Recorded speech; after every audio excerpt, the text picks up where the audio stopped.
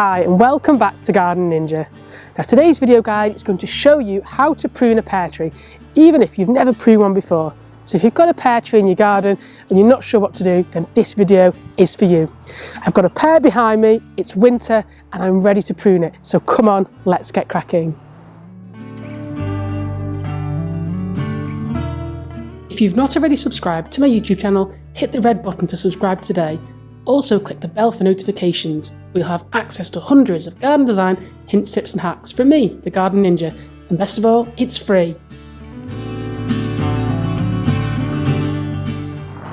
So winter is the perfect time to prune your pear trees. But as a beginner gardener, it can feel a bit daunting. You might be looking at a relatively young pear tree or something that's really gnarled. If you want to know more about how to renovate a really old pear tree, then check out my hard pruning guide on YouTube. That's going to show you how to deal with 30, 40-year-old trees. But this tree behind me is about 4 to 5 years old. I planted it maybe 3 years ago. It's in good shape. So I'm going to show you the key tenets of how to prune this today.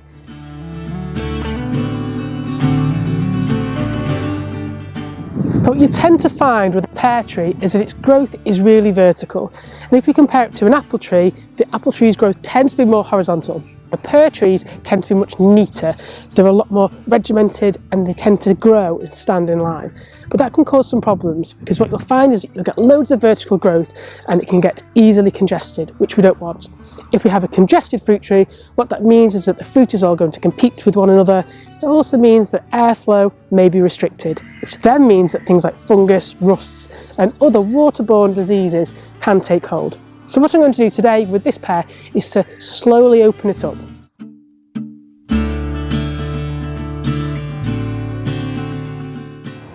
Now before we start pruning, we need clean, sharp secateurs. And this is really important because if we use blunt or rusty tools, we're going to injure and damage the pear tree. If when you're making pruning cuts you feel like you need the strength of Hercules to get through, or you find yourself doing this, then either your secateurs aren't sharp enough or you need a bigger pear. You may also need loppers. These secateurs will get through sort of the thickness of a really thick, chunky pencil. Anything bigger than that and I need loppers. Come on, let's get cracking.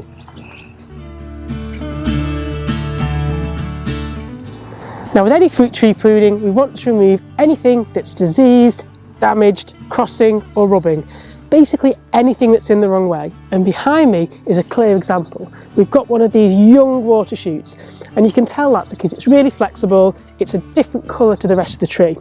But it's actually rubbing, it's crossing over here and it's growing in the wrong place. We've got another one down here as well that's probably going to cause some drama. So we want to remove those. And when you're removing any crossing, diseased or damaged stems, we want to take them back to the next set, to the next branch or the next main stem. So now that I've got my sharp secateurs, I've identified some branches that need to go. This one, for example, must come out because it's crossing. So I'm going to nip that off at the base. This here is the weak lateral. You can see it's just growing up. It's going to get tangled up in there. So we want that off there. Done.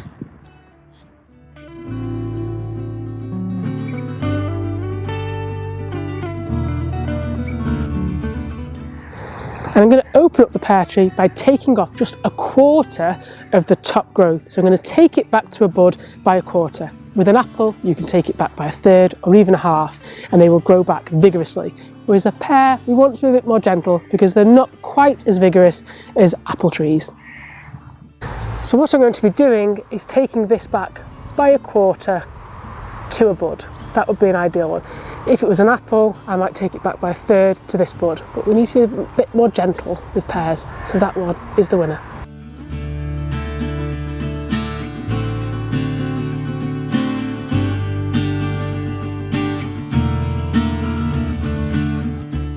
Now making the right type of pruning cut is really important and super simple, but so many beginner gardeners get it wrong.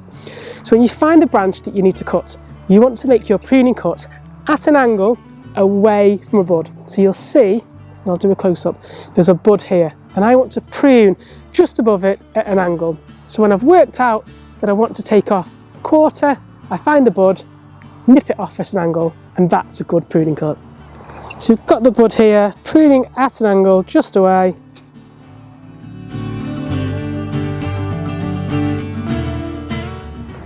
So now that you know how to make the correct pruning cut and that you want to be taking off roughly a quarter in winter from your pear trees, and that we know we need to remove damaged, diseased, crossing material and also help open it up, it's time finally to start pruning. I'm going to show you in a bit of time lapse now how I just open this up.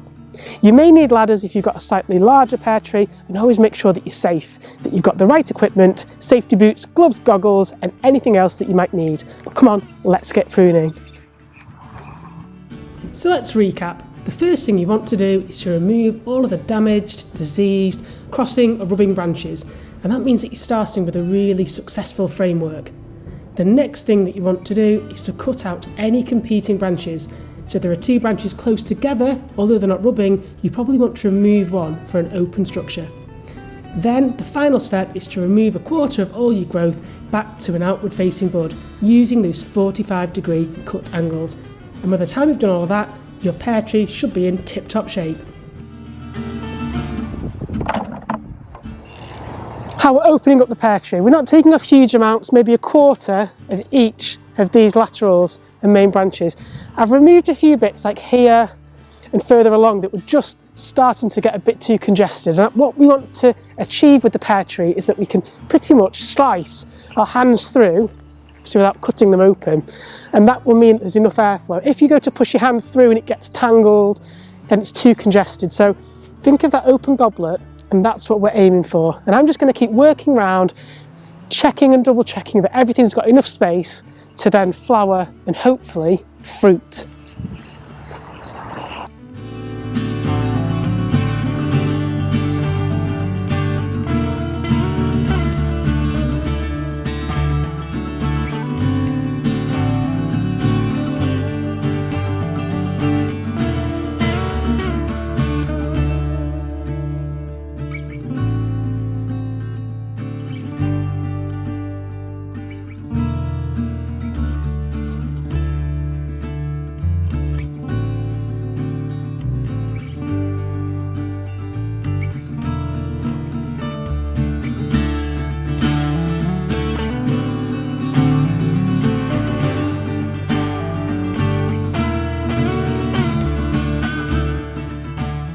Have you got gardening questions that you need answers for?